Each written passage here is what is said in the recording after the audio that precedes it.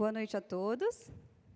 Eu me chamo Sayuri, sou médica, anestesista do Hospital Adventista de Belém. Alguns aqui me conhecem, outros conhecem a minha família, meus pais. E é um prazer estar hoje à noite aqui no Momento da Saúde para falar um pouquinho mais sobre a importância do ar puro e a relação que isso tem com a anestesia, que é a minha especialidade, a especialidade dos meus pais, é o que a gente gosta de conversar.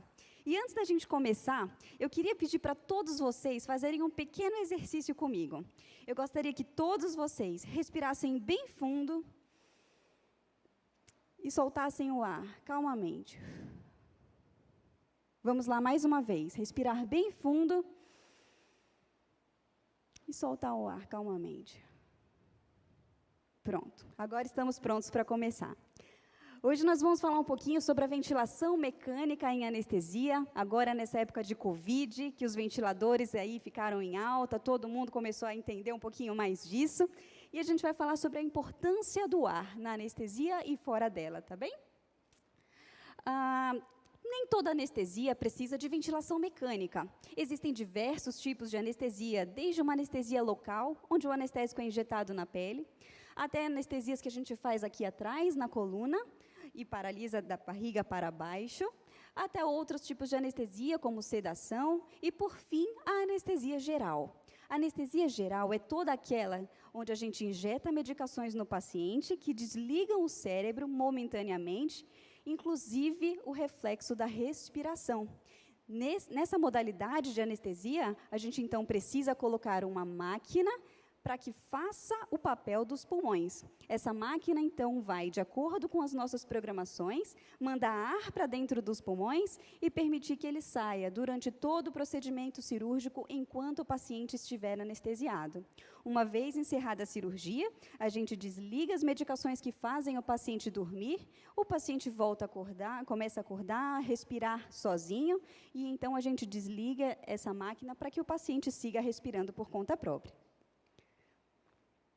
Então, dessa forma, existem 3 tipos de ventilação durante uma cirurgia. Essa ventilação pode ser espontânea, que é o que nós todos estamos fazendo aqui, respirando espontaneamente. É um reflexo, nós não temos consciência da nossa respiração, não ficamos contando quantas vezes a gente respira, é simplesmente automático. A gente tem uma outra modalidade, que é a ventilação assistida, é aquela onde uma pessoa ventila a outra pessoa quando ela tem algum grau de dificuldade para respirar, e a gente tem a ventilação controlada, que é quando um aparelho ajuda na respiração. Na ventilação espontânea, foi isso que a gente fez agora no começo, a gente estava respirando normalmente, e então eu pedi que a gente respirasse bem fundo e soltasse o ar.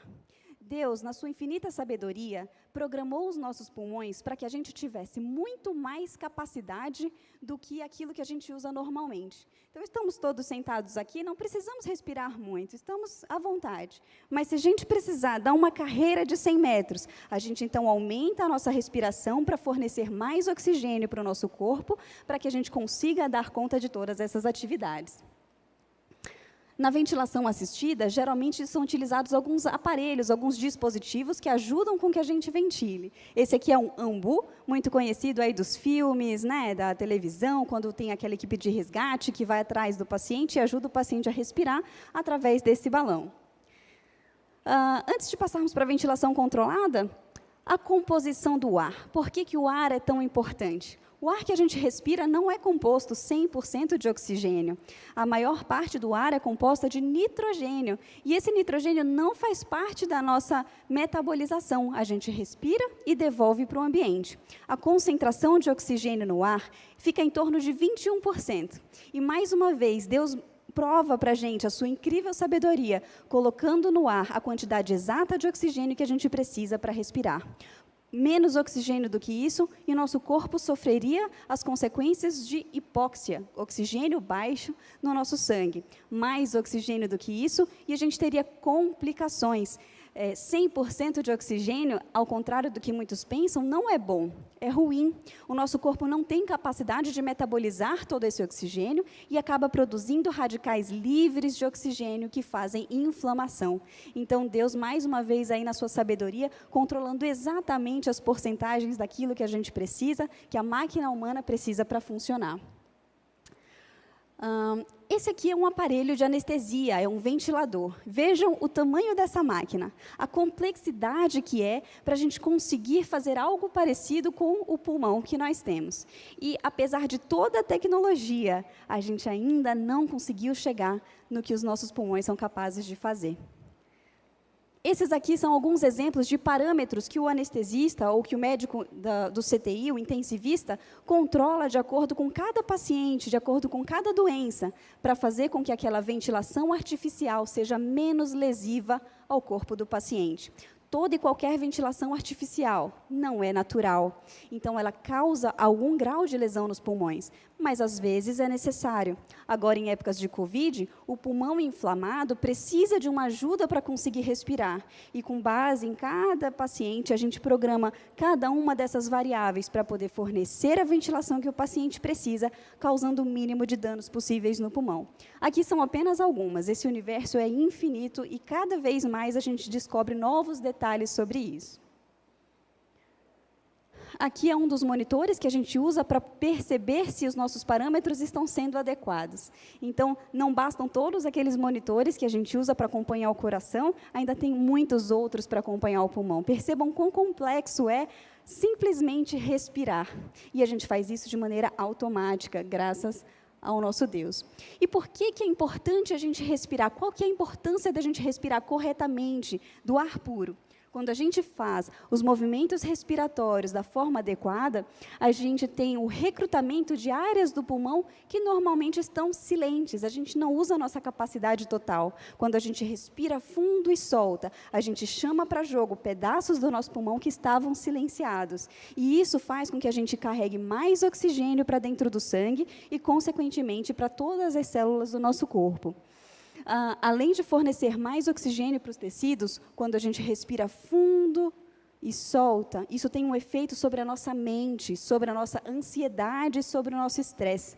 Nós vivemos num ritmo muito agitado, por vezes esquecemos da postura, esquecemos de parar um pouco para respirar e ficamos com uma respiração curtinha, usando pouco do nosso pulmão, fazendo com que o sangue que passe por ali não saia tão oxigenado quanto deveria. O movimento do diafragma, quando a gente respira fundo, que é aquele músculo abdominal, ele também faz com que a gente tenha uma movimentação sobre o intestino, melhora o funcionamento do intestino, a motilidade gastrointestinal. Então, vejam como que a respiração não afeta só o pulmão, afeta todo o nosso corpo de uma maneira geral. Além disso, a respiração tem uma íntima conexão com o nosso sistema cardiovascular. O pulmão e o coração, eles são interligados. Quando a gente tem o movimento respiratório, quando a gente insufla o pulmão e expira o ar, essa movimentação dentro da caixa torácica faz com que o sangue circule melhor. E o sangue circulando melhor pelo corpo vai a áreas mais distantes e permite que o oxigênio, então, caminhe para os tecidos mais distantes do coração, a ponta do pé, a ponta dos dedos. A pressão arterial, alguns pacientes sofrem de hipertensão arterial porque não respiram bem, principalmente à noite. Pacientes que têm algum grau de obstrução, de apneia do sono, esses pacientes, por não respirarem bem, o corpo produz uma série de substâncias que fazem com que a pressão suba. Então, veja a íntima relação que isso tem, que o pulmão tem com o coração. Ellen White diz, no livro Ciência do Bom Viver, que para possuir um bom sangue é preciso respirar bem. A respiração feita da maneira correta acalma os nervos, estimula o apetite, melhora a digestão e conduz a um sono profundo e reparador. Quem não respira bem, não dorme bem, passa o dia cansado, não funciona bem, o cérebro fica prejudicado.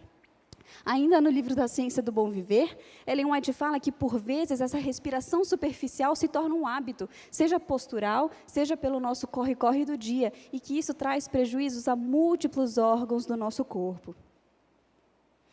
Não somente os pulmões, mas ela diz, o estômago, o fígado, o cérebro são afetados, a pele torna-se pálida, o nosso espírito fica sombrio. A respiração influencia, inclusive, no nosso humor. Quando a gente respira bem, o ar puro, principalmente longe aí da poluição das cidades, a gente traz energia positiva para dentro do nosso corpo e melhora o nosso humor. Daí a necessidade da perfeita ventilação. Viver em aposentos fechados, mal ventilados, isso tudo é prejudicial e facilita com que a gente contraia doenças e fique mais suscetível, por exemplo, às mudanças climáticas. Então, esfriou um pouquinho, já fica com alguma doença respiratória. Será que a gente está treinando o nosso pulmão para respirar bem? E aqui fica, então, uma dica de um exercício, para que a gente possa se policiar durante o dia. A cada 1 ou 2 horas de trabalho ou de uma situação mais estressante, a gente deve parar, buscar um lugar mais tranquilo, mais puro, uma janela, um jardim, onde tenham plantas, as plantas purificam o ar.